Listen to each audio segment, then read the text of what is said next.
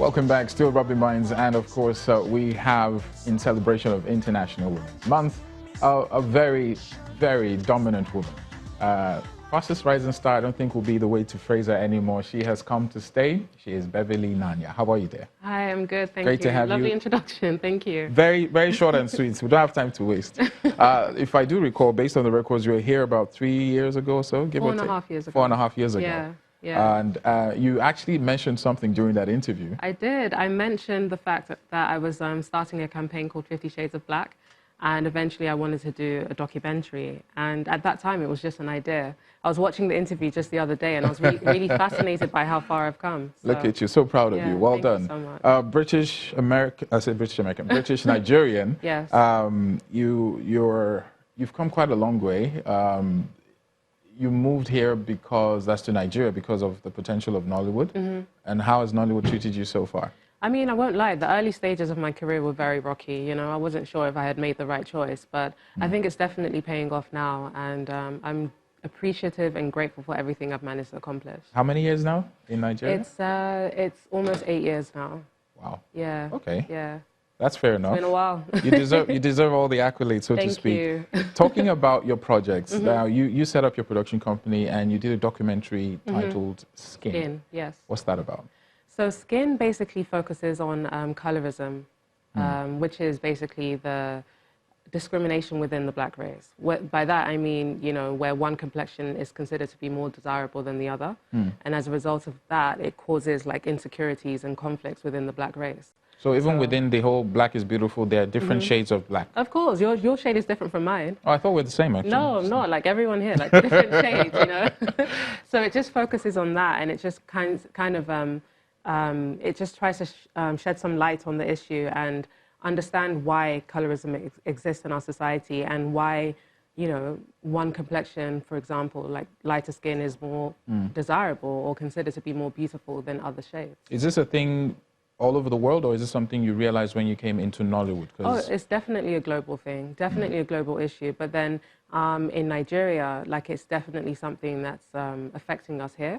And I feel like it's a conversation that's not had enough. You know, I think a lot of people don't know what colorism is, you know, and I think if more people had more knowledge of what it is, then it would kind of affect the society in a more positive light. I mean, I had to Google it up, let me know, like, you're familiar with racism, and you're like, oh, black versus white. But when it comes to colorism, you were like, okay, what's that about? Were you exposed to this? Were you a victim of colorism in your journey in Nollywood? Well, not necessarily a victim, but the reason why I decided to do it was because I got bullied when I was young, you know. I got bullied for different reasons to do with my skin. Like I had eczema when I was really young, I had crooked teeth.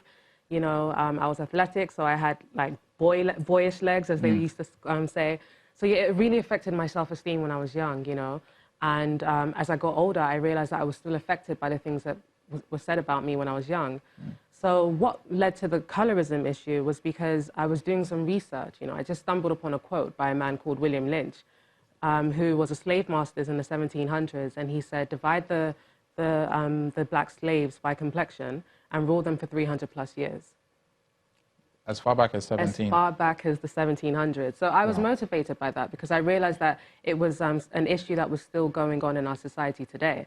And considering the fact that I wanted to do an anti-bullying campaign, I figured that colorism is another form of bullying, and it's something that's truly affecting our society.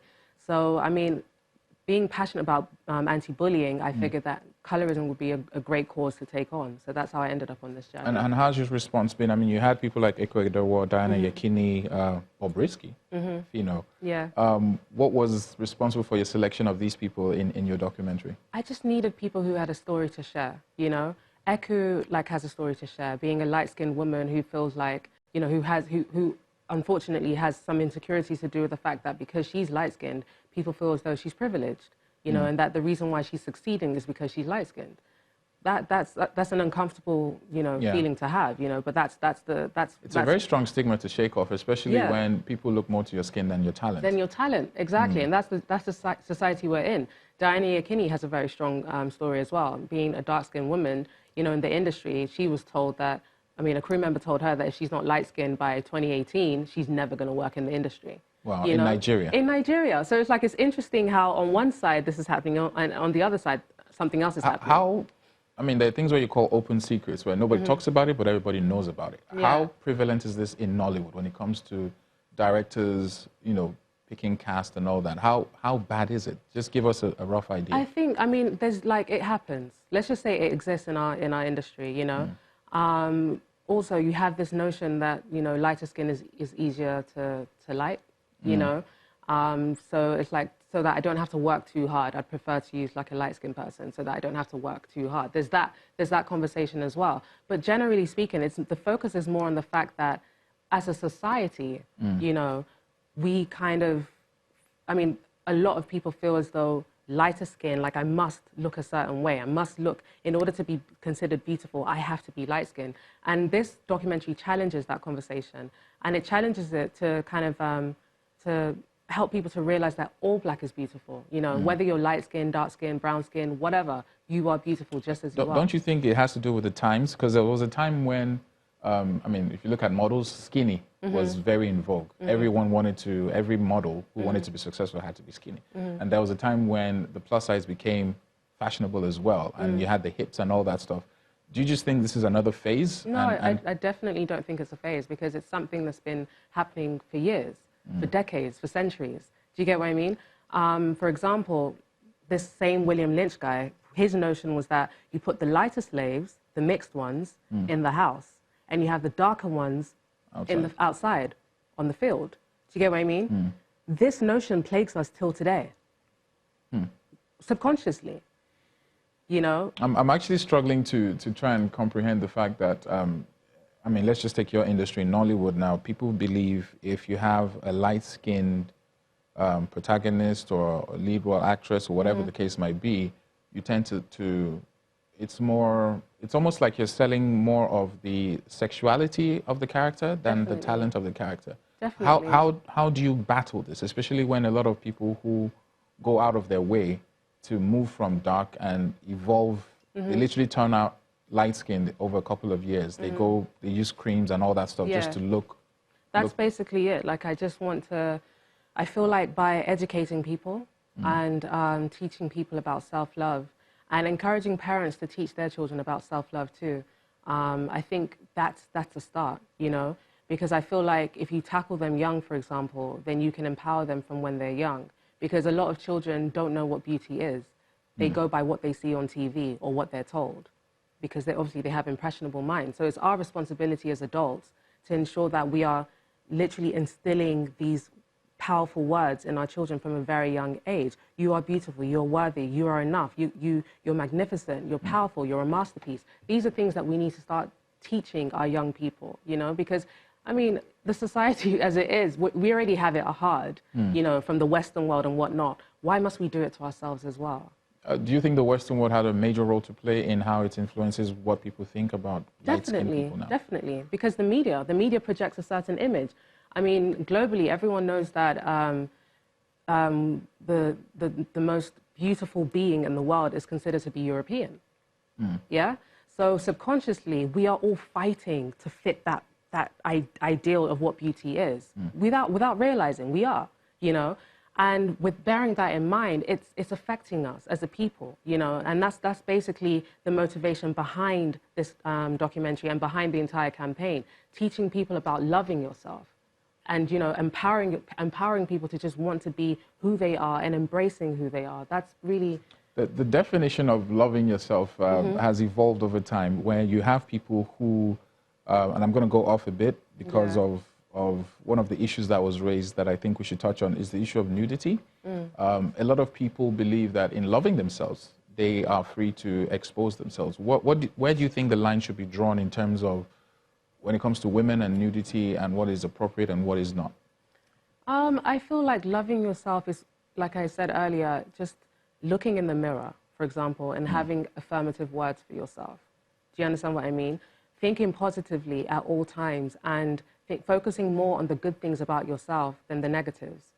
I'm talking about the mindset. Loving yourself is a mindset thing, and that's really my focus. I mean, I can't speak on how people express how they love themselves. Do you think it's all a mindset thing? Because you have people who will go into, they basically go under the knife. Their nose is a certain way, or their hips are a certain way, or they want to look fuller. and they have the means to, and they feel if they do this, it gives them a bit more self-confidence. What do you think about people who go down that route? Is it right? Is it wrong? I think self-love is about acceptance. Okay. Yeah, it's about accepting yourself as you are. That's what self-love really is, in my opinion, you know. Like I said before, like the documentary, my aim is for people to watch it and be inspired and motivated by it, you know. And if I can get one person to reconsider, that would be fantastic. Now, I always have to keep stressing this, that the documentary is not an anti-bleaching campaign. I'm not doing it to target anyone or to judge anyone. I think everyone is entitled to their own path, which is why it's so difficult to answer that question, Yeah, I know. you know. Sorry for throwing you under the bus. No, it's fine. It's like, I'm just saying, like, that's not my focus at all. So if people have chosen to do that, I'm not here to like tell you. For that. Yeah, that's not why I'm here. I'm all about self-love and empowering people just one step at a time. That's basically it. Like I mean, if I can use myself as an example, then why not? But that's it. Like it's not about targeting anyone or throwing anyone under the bus. Like have you been tempted to change something about you or do something that you're not usually accustomed to get a role, especially in Nollywood, where you have a lot of people who compromise? Yeah, I mean, I battled a lot with self-esteem when I was younger, you know. And when I moved to the industry, obviously, being born and raised in England, I was now thrown into the deep end of, you know, the culture and the people and all that type of stuff. And I wasn't prepared. And because I wasn't prepared, I found myself trying to alter who I was as a person to suit other people, you know. So I found myself trying to belong, I became a people pleaser. And in the quest to be understood, I definitely lost myself, you know.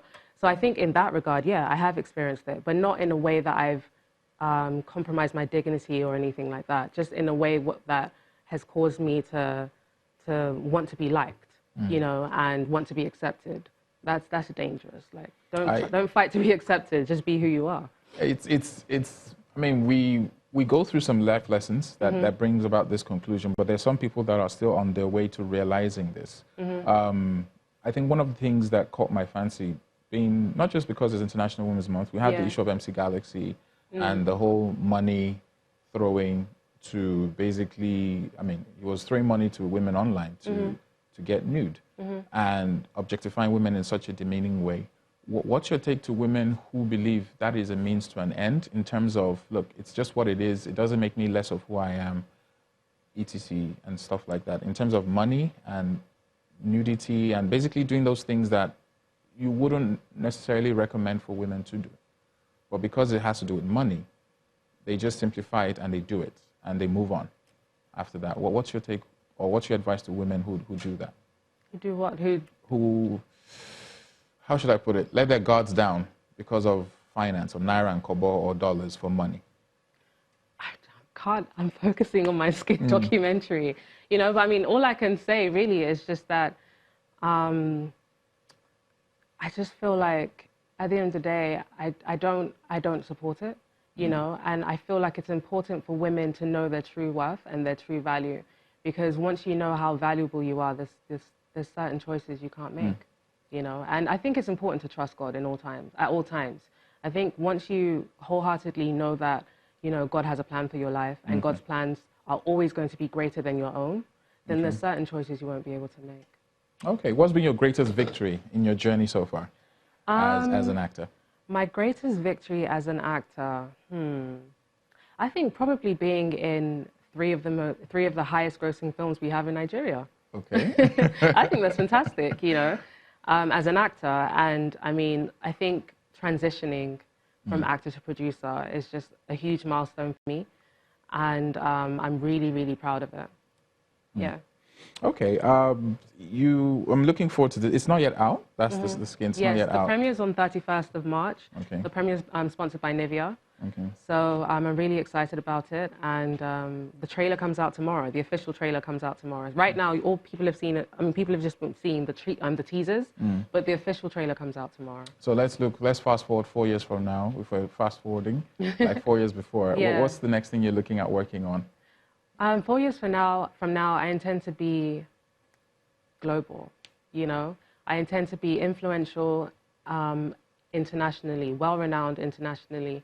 An international mogul that's doing. Do you know why I'm saying it like this? Because 4 years ago, I didn't think I'd be here doing this. So I might as well just speak positively again and say that I will be a global entrepreneur, influential in every way, and inspiring and motivating people around the world, recognized internationally. I believe you can. If morning shows the day, you've done it before, so you can do it again. Exactly. I wish you all the best. Thank you so much. It's so refreshing getting this angle from an actor like you, and I'm really psyched. I hope to see more of this kind of work as definitely. well. Still in celebration of our women this month, we have a woman who has returned the sum of 36 million naira in total since 2006. She is a cleaner. She earns meager amount, but she has a heart of gold that we all can learn from. We'll meet her after this break on Rubbin.